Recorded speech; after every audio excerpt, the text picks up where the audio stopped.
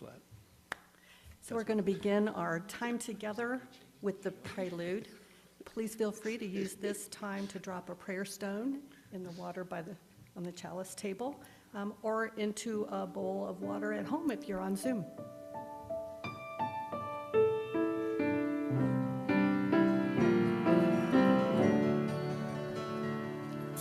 Here in this place, new light is streaming. Now is the darkness vanished away.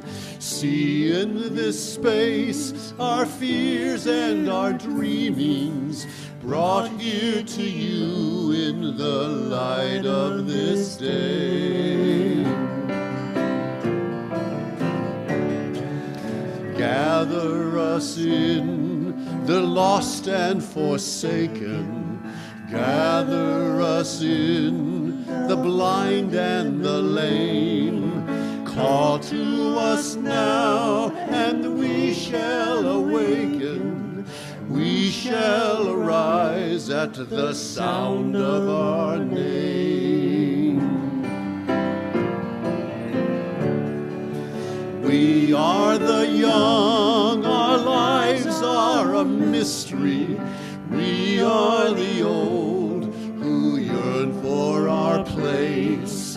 We have been sung throughout all of history, proud and united, the whole human race. Gather us in, the rich and the haughty. Gather us in, the proud and the strong. Give us a heart so meek and so lowly. Give us the courage to enter the song. Now in the dark of buildings confining, not in some heaven light years away, but here in this place a new light is shining, brought here to you in the light of this day. Gather us in and hold us forever. Gather us in and make us our own. Gather us in, all peoples together. Fire of love in our flesh and our bone.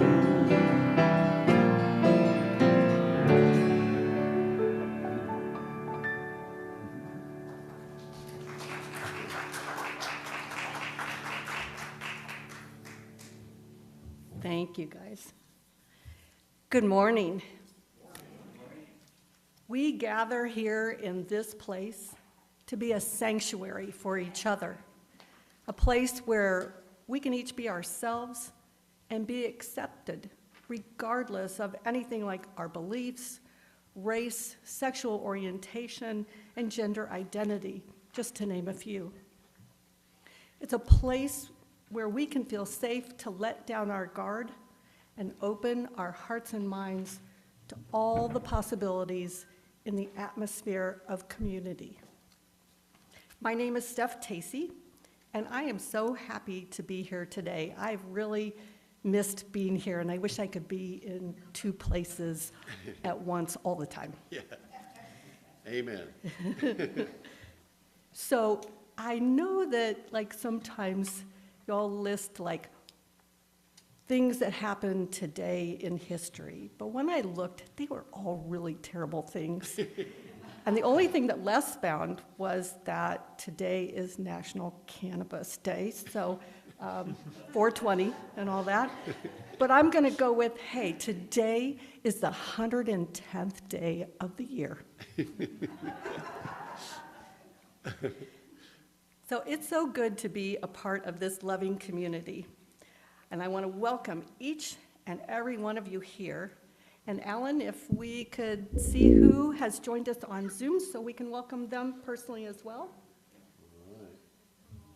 Got Marty and Suzanne and Ruth. And let's see. And Sally, looks like, and Rachel. And Dottie. Hi, everybody. It's good to see you. Glad you're here with us. So there's so much going on here. Be sure to check your announcement insert in your order of service because you don't want to miss attending some of the things on there, or maybe all of them. And be sure to be here next Sunday to hear Diane Wright speak about how we can navigate the turbulence we encounter in our lives. Today, my husband Les is here to ask us to take a look at what this day, the Christian holiday of Easter, might mean to us as Unitarian Universalists. So now as we prepare to light our chalice, please silence your electronic devices. And now relax your bodies, open your hearts and minds. Take a deep breath in, and even more slowly let it out. And now Jack will light the chalice as we sing Rise Up, O Flame.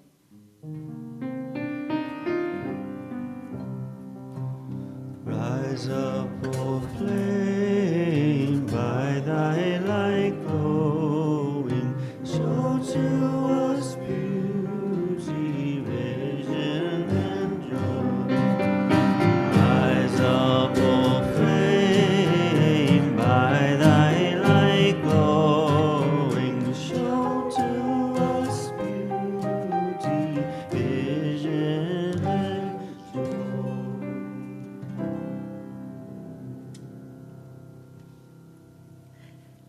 So now if you will rise as you are willing and able, and let's sing our opening hymn, Gather the Spirit.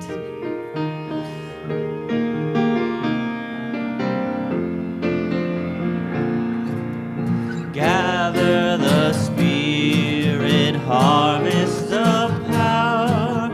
Our separate fires will kindle one flame. Witness the mystery of this hour. All trials in this light appear all the same. Gather in peace, gather in thanks, gather in sympathy now and then. Gather in hope, compassion, and strength. Gather to celebrate once again. Gather the spirit of heart and mind. Seeds for the sowing are laid in store. Nurtured in love and conscious refined, with body and spirit united once more. Gather in peace, gather in thanks, gather in sympathy now and then. Gather in hope, compassion, and strength. Gather to celebrate once again. Gather the Spirit growing in all, drawn by the moon and fed by the sun. Winter to spring and summer to fall. The chorus of life resounding as one. Gather in peace,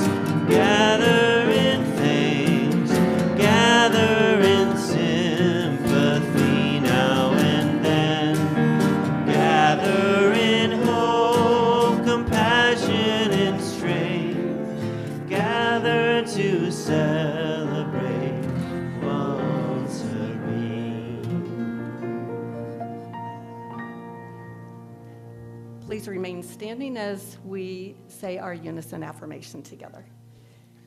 We pledge to create a welcoming community that celebrates human diversity, encourages spiritual growth, fosters responsiveness to our world, and commits to the future of all children.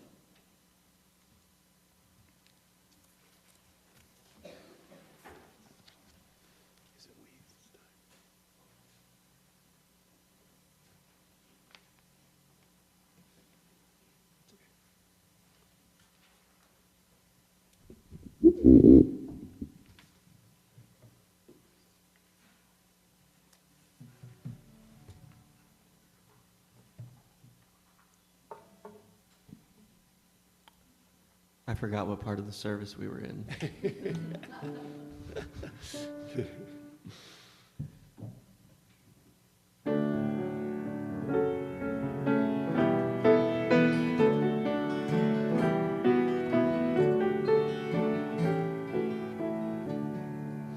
Weave us together, weave us together in unity and love. Weave us together, weave us together, together in love.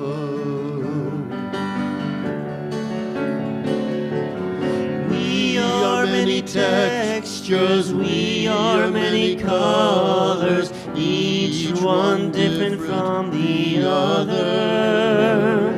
But we are intertwined with one another in one great tapestry. Weave us together, weave us together in unity and love. Weave us together, weave us together, together in love. We are different instruments playing our own melodies, each one tuned to a different key. But we are all playing in harmony, in one great symphony.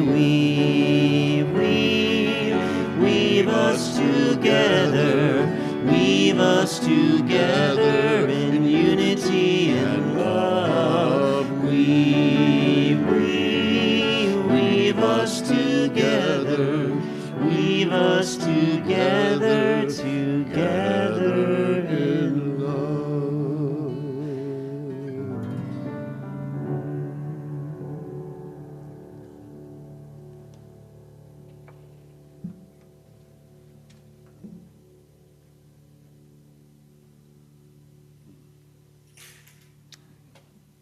Thank you. Am I up? You are up. Okay. Do not fall on your face. Hopefully that'll be the Ani trip. You know, an opportunity to play with Michael, I don't have that anymore very often, so that's a kind of a nice sidebar today to be able to do that. And, you know, I've enjoyed the last 2 Sundays. I came in on Zoom on April 6th and then again on April 13th, and Cheryl talking about empathy and Sue talking about her spiritual journey. Powerful, powerful messages. I appreciate those. And every time I do one of these messages, there's a side benefit, and that is I learn or relearn things about the topic, or at least some relationship to the topic. And I thought April 20th, that's got to be the last day Easter can occur. But no. Do you know when it is? 23rd. Good guesses. You're in the right direction. April 25th. And it's been a long time since it was that day, but and the earliest is March 22nd. So why is that? Easter is calculated based on the first Sunday after the first full moon after the spring equinox. Spring equinox, first Sunday, first full moon. That's pretty cool. But now let me go ahead and get down to the topic here. In the UU faith, is this day really that special? You know, UUs don't celebrate Easter like most of the Christian community, and yet it can be special if we look at some of the concepts that are associated with this time.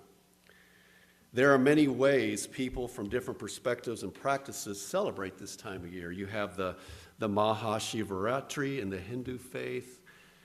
That celebrates the start of spring. You have the Ramadan in the Islam faith, which is fasting, sunrise to sunset, which commemorates the first revelation of the Quran to the Prophet Muhammad. There's Passover in the Jewish faith, the freedom from slavery in Egypt they're celebrating. And then there's this faith out there called Christianity, where we celebrate the resurrection of Jesus. There's also Ostara, the spring equinox in the pagan tradition, and that can involve all kinds of rituals, seed planting, decorating, and celebration of light. And there is that strong connection, you know, between paganism and Christianity. The pagan connection, you know, just what I mentioned earlier, how they come up with the date of Easter has a pagan backdrop with the spring equinox and the moon cycles. And let's not forget about another significant subset in the UU faith, and that's atheist. And they may approach this season too, but in a secular way, often focusing on spring and nature. There are other examples, I'm sure, but you get the idea. The cool thing in my mind is that the UU faith embraces all of these perspectives. To my understanding, so long as your thoughts and your actions are for the betterment of the world, come on in. So what common threads can we find in this UU faith with so much diversity? You know, our third principle states acceptance of one another and encouragement for spiritual growth. So Michael and I sang that song, Weave us together in unity and love. We are many textures, we are many colors. Each one's different from the other, but we are entwined with one another in one great tapestry, and I see all these beautiful tapestries around here. We are different instruments, playing our own melodies, each one tuned to a different key. But we are all playing in harmony in one great symphony. Weave us together in unity and love. You know, in a way, we are like those different religions I briefly mentioned earlier. They are symbolic of the fact that each of us has our own beliefs, our own theology, if you will. In fact, one of the things that impressed me most when I started attending here back in 2002 and 2003 is that this was emphasized to me by Reverend Morris. And I loved that concept. It was new to me then. A non-creedal faith? What? Instead, Reverend Morris, in others since, has said, you're encouraged to develop your own theology. What? Yes, as a UU, we can develop our own belief system. And not only that, it can be fluid, it can be changing, it can be evolving. Beautiful. Steph calls her own belief system Stephism. I guess I could call mine lessism. We could actually be all our own isms, because each one of us differs a little bit, I'm sure. We think differently, we act differently, we believe differently, and yet we are weaved together. And not only do we embrace different points of view and practices, we also have a lot of diversity in how we celebrate this Sunday. I've been coming to a UU church now over 22 years, this one in Heritage mainly, others too, and I can assure you there have been 22 different approaches to Easter Sunday in those years. Now, growing up in a Christian faith, albeit a liberal Christian faith, but still, there was little change year to year. It was the same kind of music, same kind of message, same kind of atmosphere. It was expected. In the UU Church, I've witnessed an emphasis on spring, on hope, on transformation, on renewal, and even resurrection, though maybe not just the resurrection of Jesus. I've seen secular approaches. I've seen scientific approaches, focusing on spring and nature's rebirth. And I'm not joking now. I can remember a Sunday at Heritage. The main event was a visit from the Easter Bunny. It wasn't just the kids' portion, it was the main thing. That was amazing. There are so many possibilities, and I've enjoyed them all. You know, it would be easy to assume that the concept of the resurrection is a Christian-only narrative. But if you compare mythologies and religions, the occurrence of the resurrection story is there. There's a story of a dying and a rising God or Savior figure. It shows up in several older religions too, and mythologies across different parts of the world. I'll just name a couple of them here. But these all go to life, death, and rebirth. It's usually tied to nature, agriculture, or spirituality. This is not just a story for Christianity. In Egypt, Osiris and Isis. In ancient Greece, Dionysus. There's the story of the Buddha. And Quetzalcoatl with the Aztecs. It's just a few. There are resurrection stories outside of Christianity. Now, they're not like Jesus's necessarily, not identical, but they share that same archetype of a divine figure who dies and returns, often bringing salvation, renewal, or hope. The theme of death and return is a powerful human narrative that echoes across time, across cultures, and across religions. So what does Easter mean to me? What does it mean to you? You know, there are times in our lives when things happen to us or those that we love, and they're painful or scary.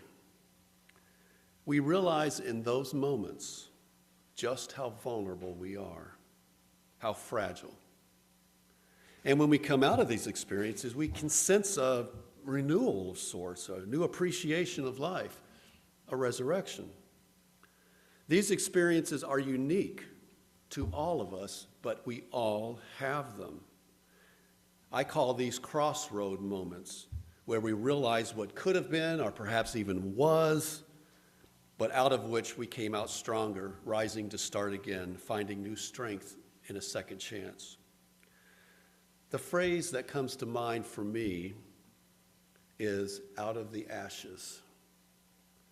This concept to me is one of resilience and rebirth after some loss. It's a period where we overcome adversity and we find new strength. And then we emerge stronger, coming out of the ashes of some tragedy or hardship. I'd like to read a short poem by Mark Scarpaiello called Ashes Make the Phoenix Rise. No one will ever say that life has been kind to you. Abused, orphaned, homeless, forgotten, relegated to the dustbin of existence. You were never given a chance, never given encouragement, never given anything, but you persist.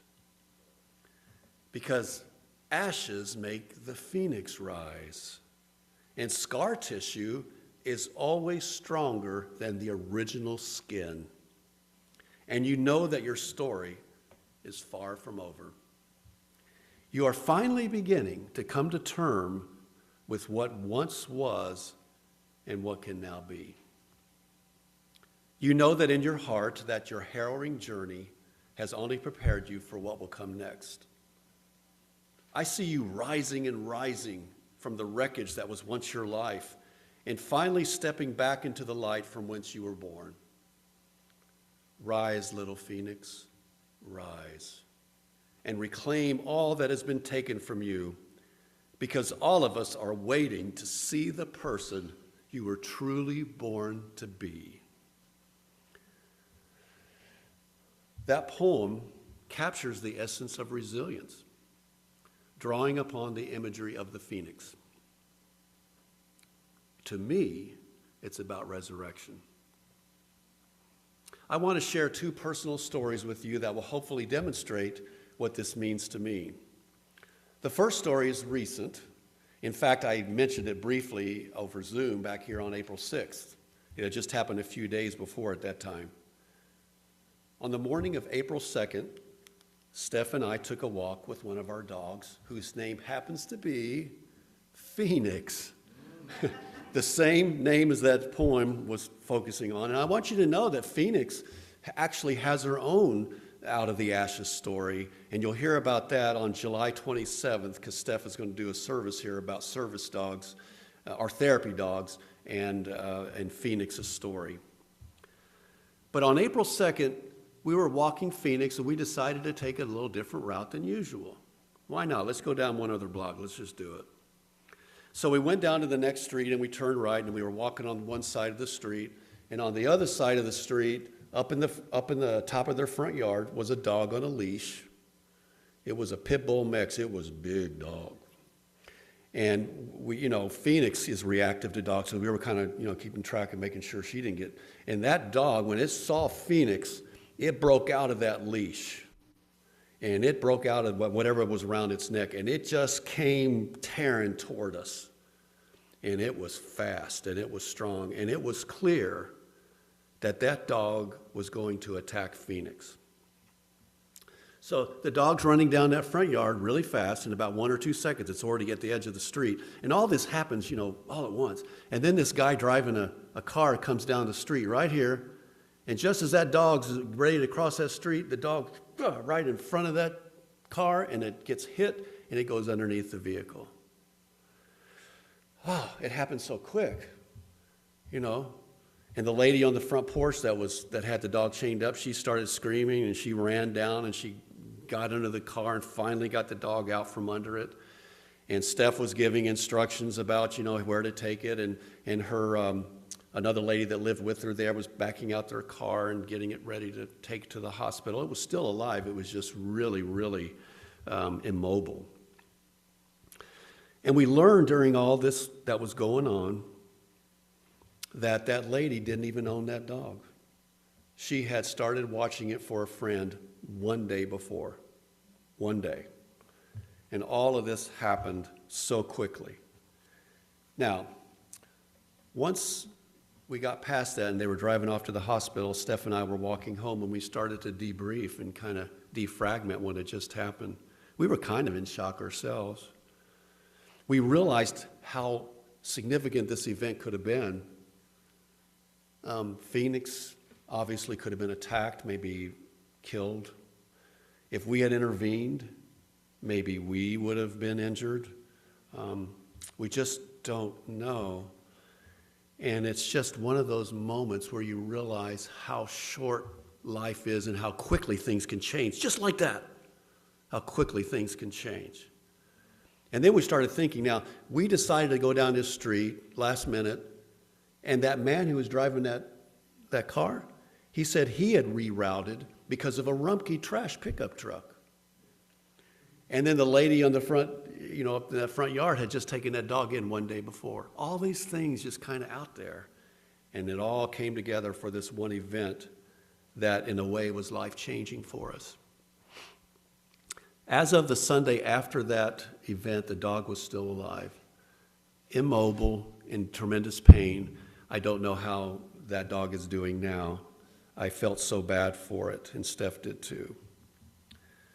But this makes me think in terms of renewal and hope is that when we have come close to a traumatic event, we look at things differently if we get past it. We're just here for a little while. No one knows when their time will end. No one knows what circumstances may occur. But when we go through something like this, it allows us to see how vulnerable we are and how little control we have. And so we become thankful that we have gotten past it. Colors are more vivid. Conversations are more meaningful. Even those daily chores, more enjoyable. We're here. We're thankful that we have these experiences. Now, my second story takes place back in the fall of 2015. This was also a life-changing experience for me. Now, as opposed to my first story, it was a little longer, and in a way, it's still going on today. In the fall of 2015, I noticed a lump here on the side of my face. It was sore, and it was growing. It actually looked a little strange. It looked like I had something growing out of my face, which I guess I did. I went to my doctor, and he said, let's go to an ear, nose, and throat. So I went to an ENT, and he said, well, we need to get in there and take that out. He called it a large polyp. He said, it's probably okay, but we need to get it out of there and get it tested. So I got that surgery scheduled on December 11th of that year. Now, here's a significant sidebar, and I don't know why these things happen. I don't know if you believe in the concept of there are no coincidences. I don't know. And anyway, on that very day, that was the day my mom and Michael's grandmother died, the same day as I had that surgery. And I can still remember getting the call from my sister who was out there. She lived in Independence, Missouri, telling me that Mom had died, feeling that heart pain. At the same time, I felt this physical pain up here in my cheek. And it was just one of those moments where you just didn't know if you could just keep on moving on. The tumor that the ENT took out was tested, but that fellow would not tell me the results of that test. He said, you're going to have to talk to an oncologist. I thought, well, okay, maybe the oncologist, it's no big deal, it's not cancer. I didn't know. I wasn't really up on that kind of thing, so I said, okay. And then we went out to Missouri to my mom's memorial. Michael, you remember that. Steph, you remember that. We came back, and they scheduled me on Christmas Eve. So I thought, wow, Christmas Eve, you're going to, yeah, come on in, we need to talk to you. So, and the oncologist just started talking about it as if I knew. And he started talking about the cancer. And I said, whoa, just stop a second. Are you telling me that I have cancer? He said, yes.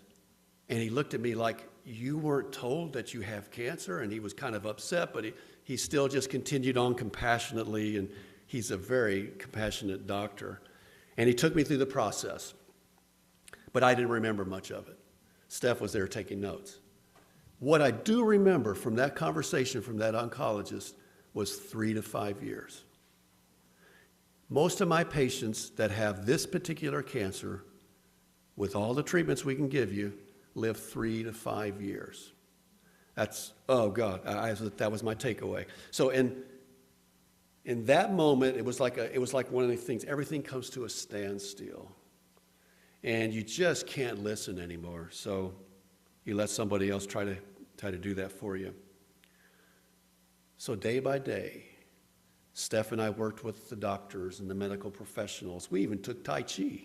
That was one of the things they prescribed for us. We took baby steps, going treatment to treatment to treatment, even had a hospitalization for a while as a reaction to the treatments.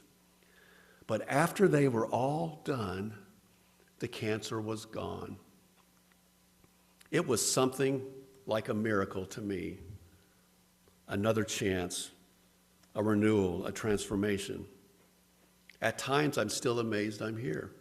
3 to 5 years, and now it's almost 10 years post-cancer. That is a resurrection to me.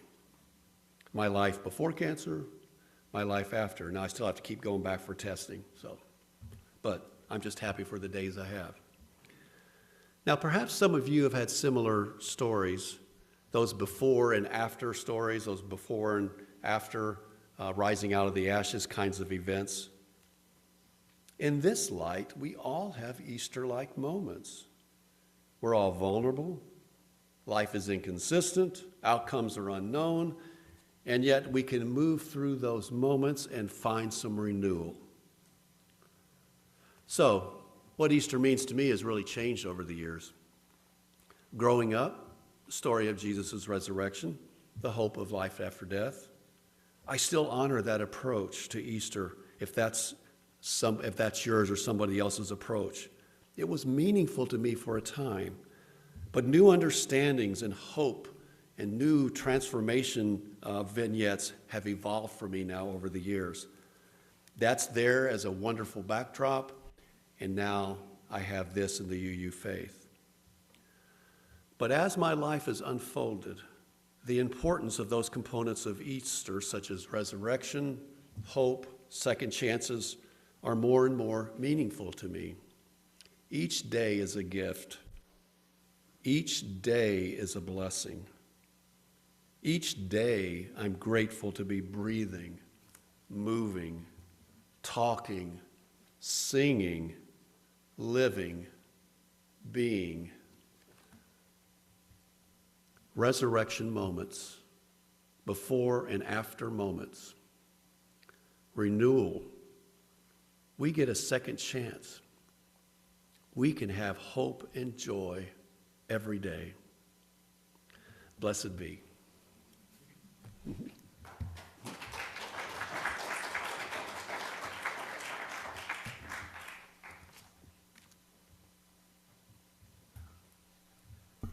Thank you, Les.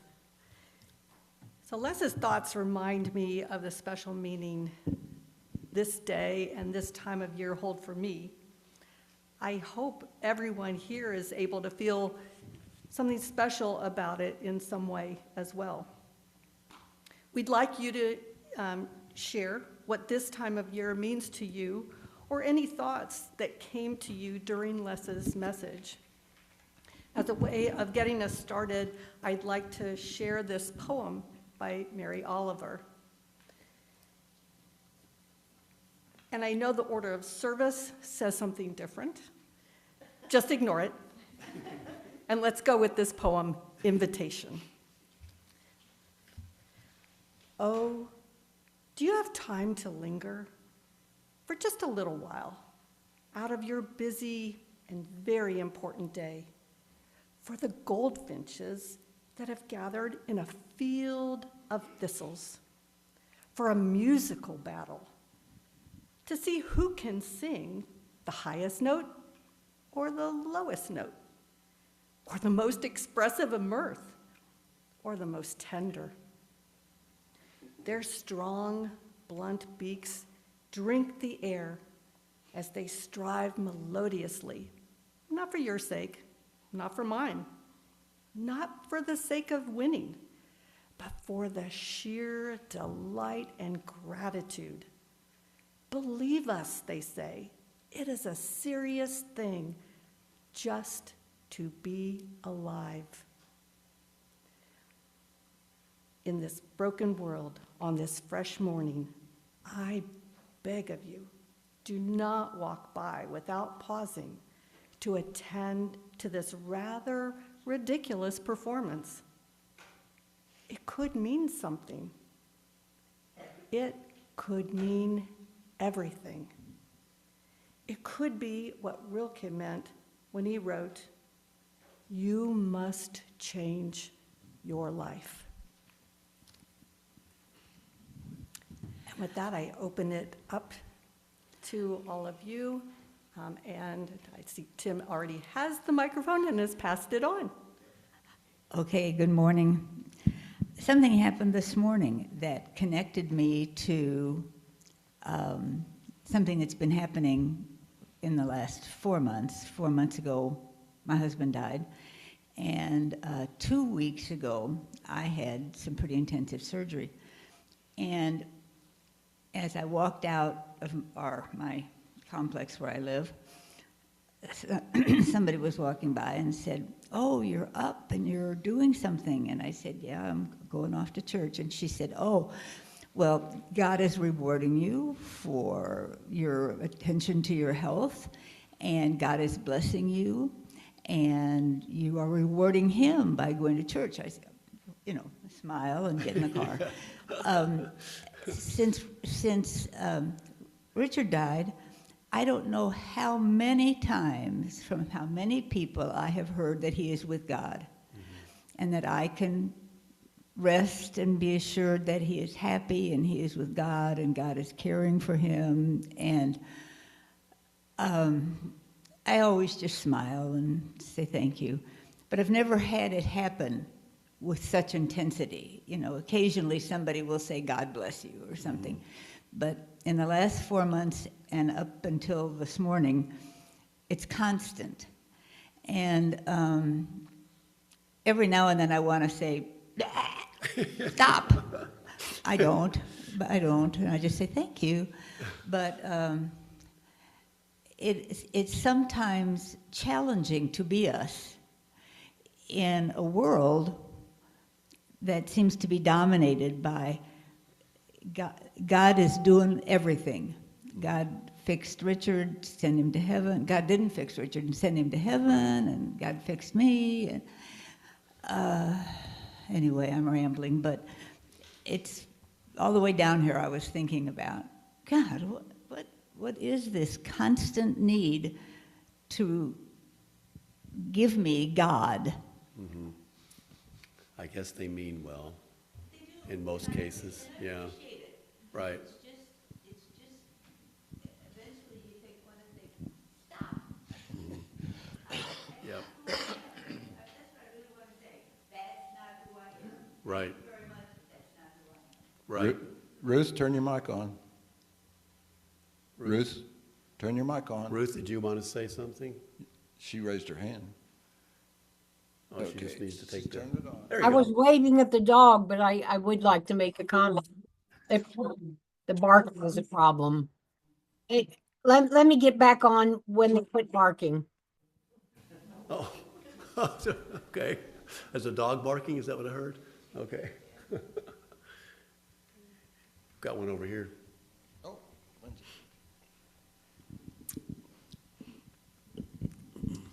One of the things that always strikes me as various holidays pass, two of my stepdaughters are Jewish and are raising their kids Jewish and in the Jewish faith. And so we always do Easter eggs, and that's Grandma Lindsay's holiday. And it's kind of ironic because it's so not traditional Easter, but it is something that they are always fascinated with, is why do I think Easter is different than everybody else? You know, they hear about it in school, they hear about it from their friends, whatever. Right. And it's so interesting to me to, yesterday or 2 days ago, we dyed eggs, and, you know, we were covered in glitter, and it was all about glue and colors and that kind of thing. And so then we went off on a walk, and the walk always devolves into gymnastic shows and swings and all kinds of things. And so when they hopped off at one point where they were feeling like they were stuck too high up, I said, they got down and I said, well, happy Easter.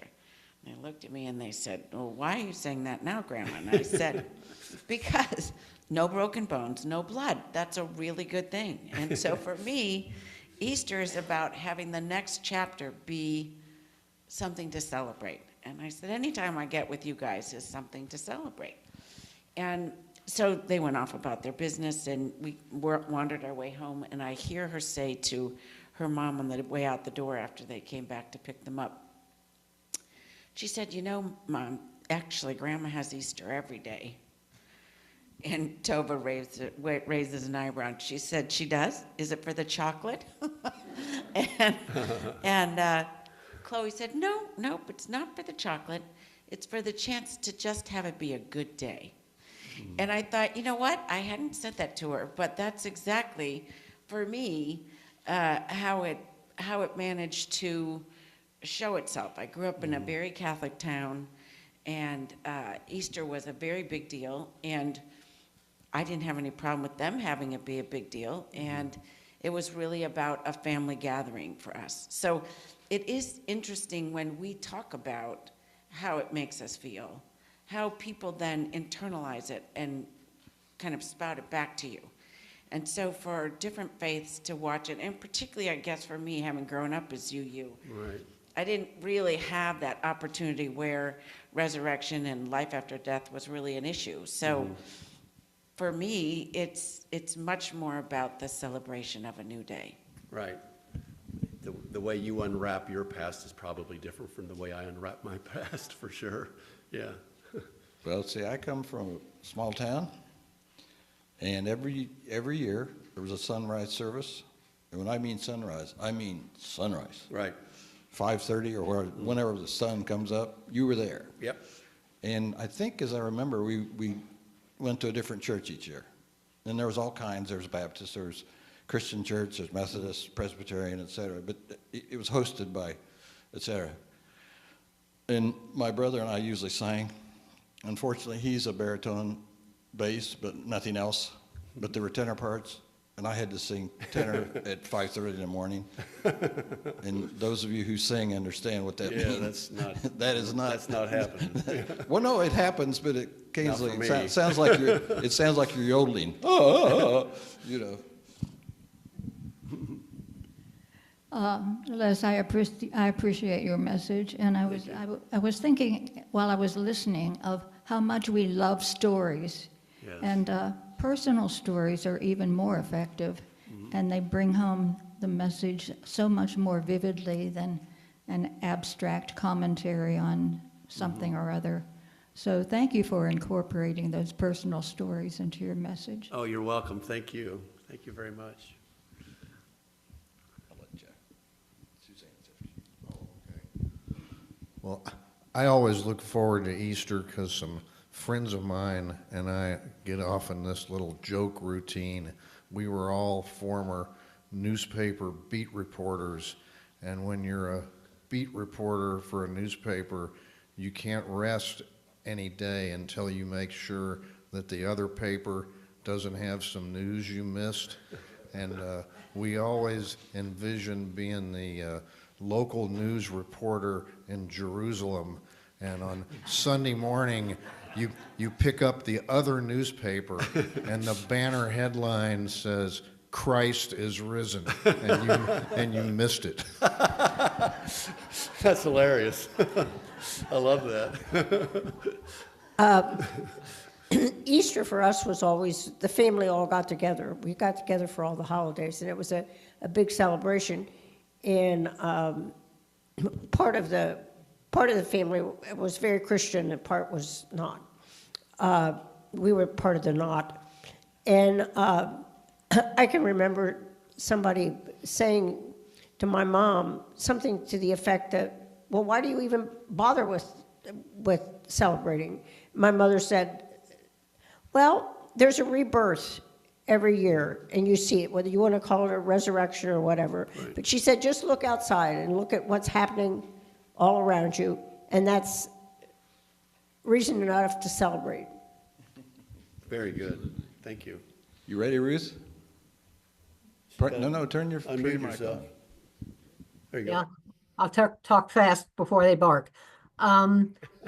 Easter for me was, growing up Baptist, and we went to church. It was the one Sunday that my parents went to church a year. But it was mostly big dinner with the whole family and Easter baskets at my grandmother's house. And then, I raised Rachel Jewish, but we still celebrated Easter in a secular way, with filled eggs hanging on the tree that grew as Rachel grew, and the Easter baskets for her, a lot of fond memories. And I also wanted to say thank you, Les, for your presentation.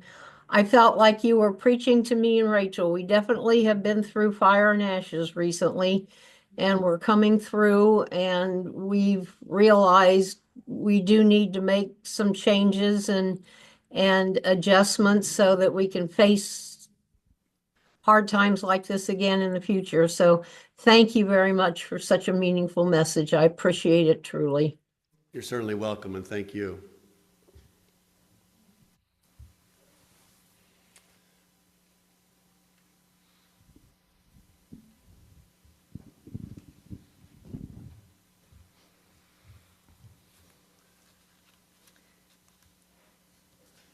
So now's the time that, as you're willing and able, we will pass the baskets to support the life of this community, including the not-so-thrilling aspects like the electric bill. And Michael's going to sing I Can See Clearly Now, and it looks like Les is going to join him. If you're a visitor, please let the basket pass you by. Your presence is gift enough.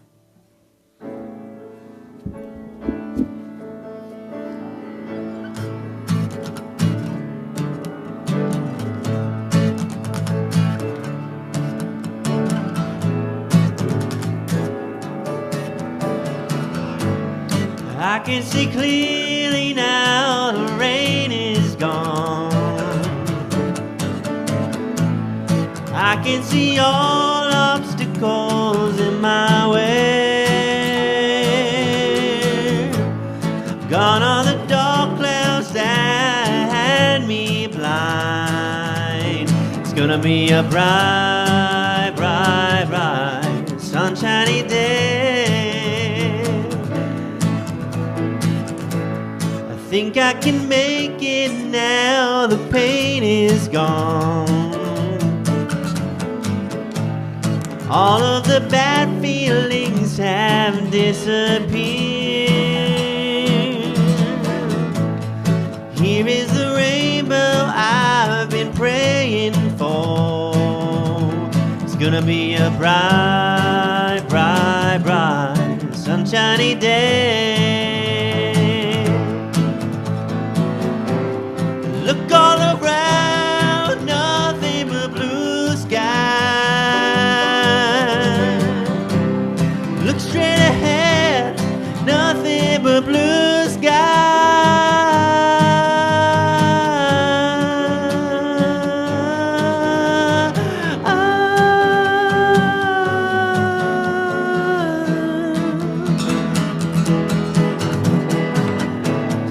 I can see clearly now, the rain is gone.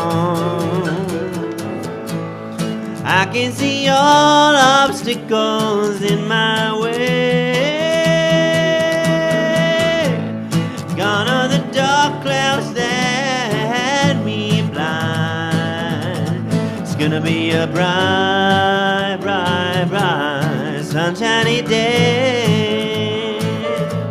It's gonna be a bright, bright, sunshiny day.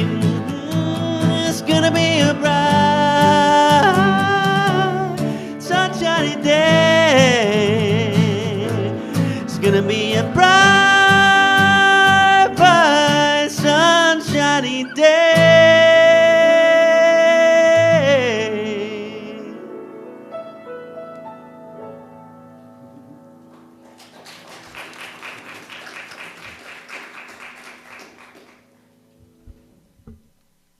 Thank you for bringing us so much joy.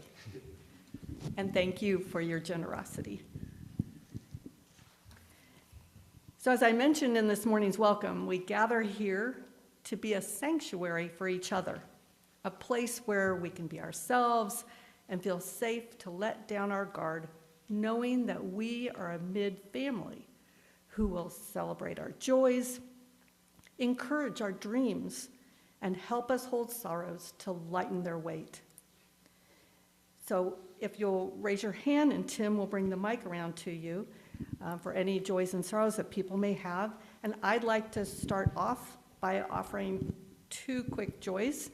The first one, Les already mentioned it, but when the first time that Les and Michael were singing and playing together, I had to write down so I didn't forget to say a joy. I was like, joy in big letters on my paper, M&L.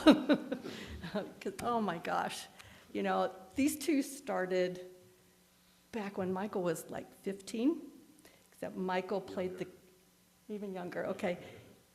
Michael played mostly the guitar, electric most of the time, and Les on the piano. So seeing them with their roles flipped, as music director and everything, it's really cool. The second one, real fast, I will just say, Last Sunday, Les and our daughter Laura and I attended the ordination of a friend of ours as a UU minister. And it was really intensely emotional experience, just being part of, like, officially affirming him in his new journey. And it felt like a renewal of joy and hope for me, just the way springtime does after a long, cold, snowy winter. So now, are there any joys and sorrows?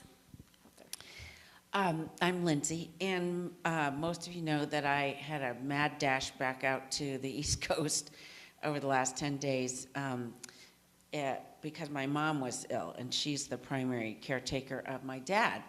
So she ended up in the hospital for 5 of the days, and so I was kind of navigating trying to figure out all the doctors that come through and who's saying what and who's testing what, and then dashing back home to relieve the caregiver to try and manage my dad as well. And one of the things that was most interesting about it was my mom finally said, it's fine if I die. And I know that. I mean, my sisters call our regular meetings my death meetings, and I call them my life meetings. But we have for many years as a family talked about exactly how long we would be around, what we expected in terms of care and interventions, and it's for us as a family a real bonding element for us. And I realized that I was so fixated on making sure she was better so that she didn't die before my dad. And I said that to her, and she said, it's fine. Whatever happens, happens. So we went through the next series of days, and she did, in fact, get out of the hospital, and with no actual intervention other than a medicine, she will be back on her feet pretty soon. And so my sister spelled me, and I was able to come home, and my sister's there for the next few days. But what struck me about it was, at this time of year when we're thinking about new beginnings, my mom was comfortable and in her own way content with kind of whatever does happen next. And it was an important reminder that my sense of urgency of caring for is really only my own, and that in fact everybody has their own path they have to go on. And so luckily, she's home, she's fine, she's tired. The good news is she did agree to a little bit more help around the house. But it is an interesting chapter to be in with so many nonagenarians that I'm caring for, and realizing how much they realize that their path is ending. And that's kind of an important thing to remember at this time of year, too.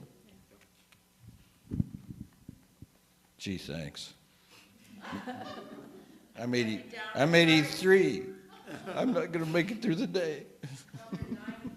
Oh, 90 years. Okay, I still got 7 years. Just a small joy, Steph, you kind of set me up for this, but I was going to say it anyway.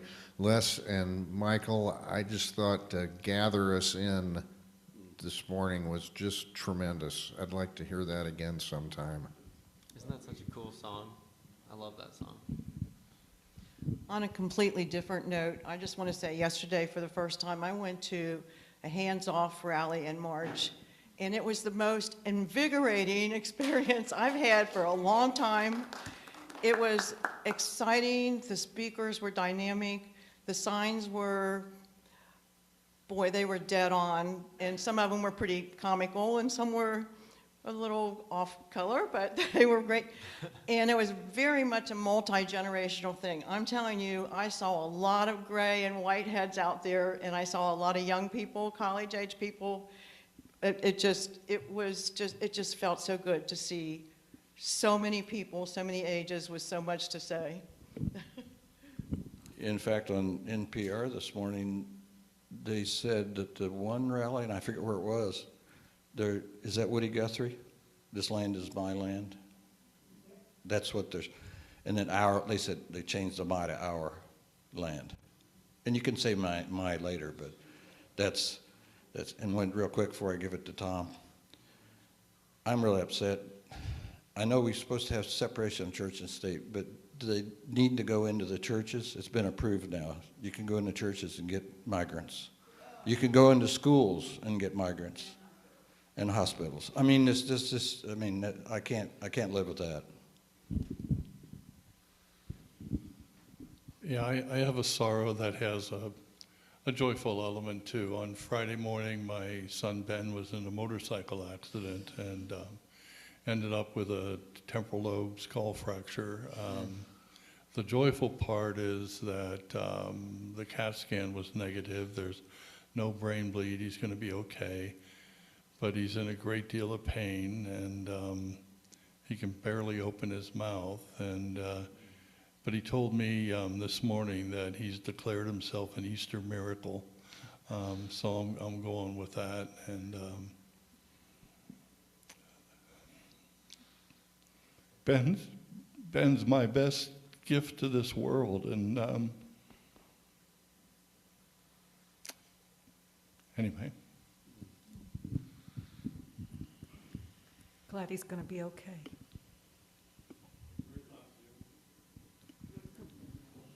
Ruth? Go ahead, Ruth. Turn your mic on. I just wanted to say a sincere thank you to everyone for all the love and support that Rachel and I have received over the past couple weeks.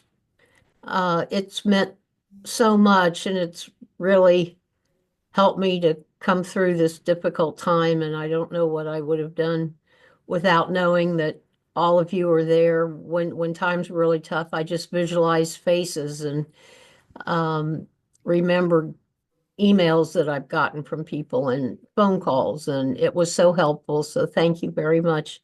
I appreciate each and every one of you. Oh, we appreciate you, Ruth. Glad everything's going better. All right, so we are ready to bring our service to a close. So if you will join us in singing hymn 368, Now Let Us Sing. If you read music, you can open up your hymnal and see there's actually two parts to this. You'll figure it out even if you don't. It's not that. But yeah, he's gonna sing one part. I'm gonna sing the other.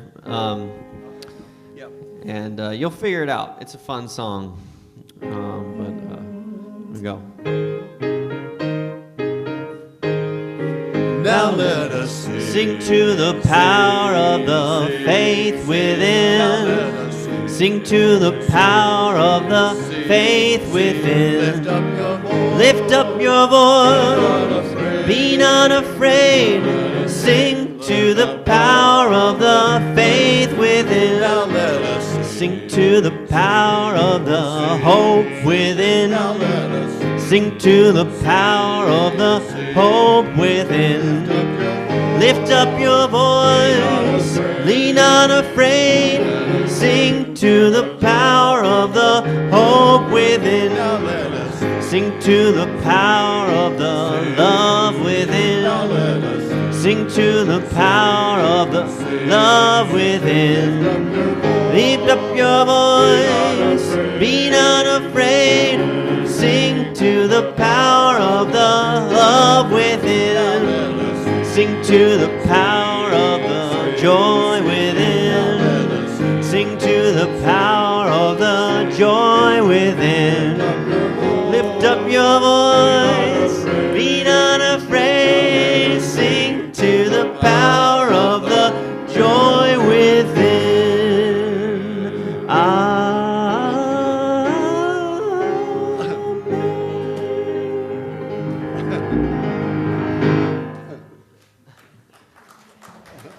May you sing all week long with the power of joy and love.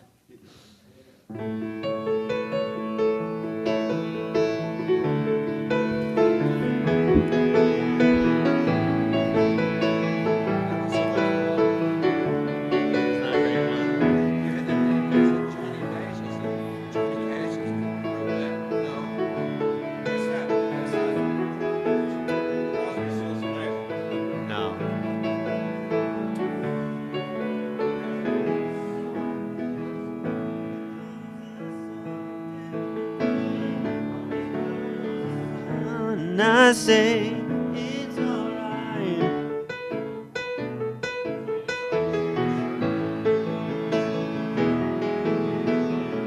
Little darling, it's been a long, cold, lonely winter.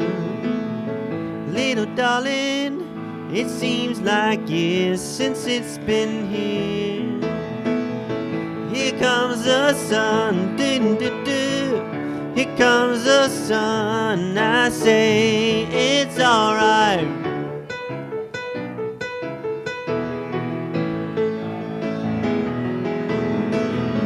Little darling, I feel that ice is slowly melting.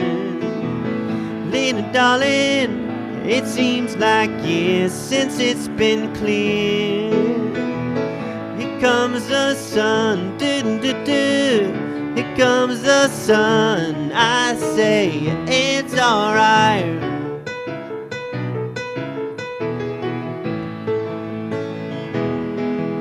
Sun, sun, sun, here it comes.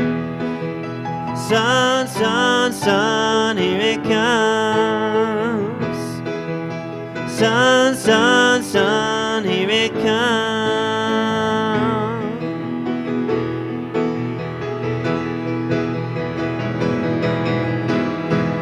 Little darling, I think that ice is slowly melting.